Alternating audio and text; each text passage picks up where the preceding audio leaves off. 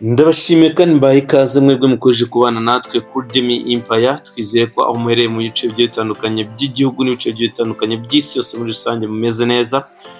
Ni umwanya w'amakuru aba agiye avugwa atandukanye hirya no hino ku isi no mu gihugu muri rusange. Inkuru dukesha ikinyamakuru Igihe ifite umutwe ugira uti Joseph Kabila yahuye n'undi munyapolitiki urwanya ubutegetsi bwa Tshisekedi. Yanditswe ku munsi wo ureshe 3/2025. Ikomeza igira iti Joseph Kabila wayoboye Repubulika ya Demokarasi ya Congo kuva muri 2001 kugeza 2019 yahuye n'umunyapolitike Claude Rubaya urwanya ubutegetsi bwa Perezida Felix Tshisekedi. Baganira uko bagamburuza umukuru w'igihugu. Kabila na Rubaya wabaye umudepite mu nteko nshingamategeko bahuriye Addis Ababa muri Ethiopia tariki ya 16 n'iya 17 Ukuboza 2024. Aha ni naho Kabila yahuriye n'umunyapolitike Moise Katumbi muri iyo minsi.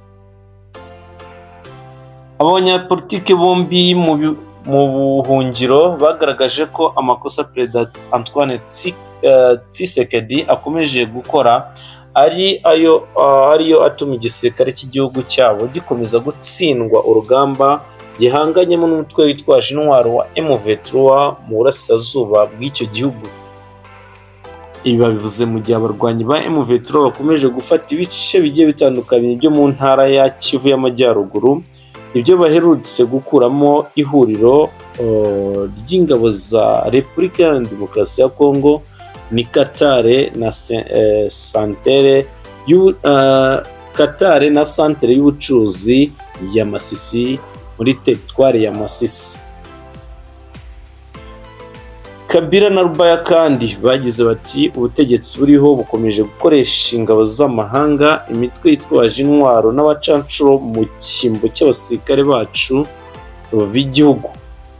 Ariko amateka agaragaza ko mu gihe FARDC yategurwa neza igashyikirirwa kandi igahabwa ibyo ikeneye yashobora kurinda ubusugire bw'ubutaka bwacu.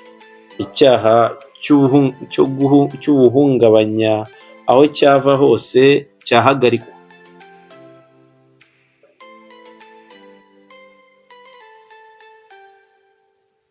Baganisha ku mugambi Perezida Tshisekedi afite wo guhindura itegeko nshinga. Kabila na Rubaya bagaragaje ko uyu mukuru w'igihugu ashaka gukuraho demokarasi agashyiraho ubutegetsi bw'igitugu, gusa ngo biteguye kwifatanya bakarwanya umugambi mubisha.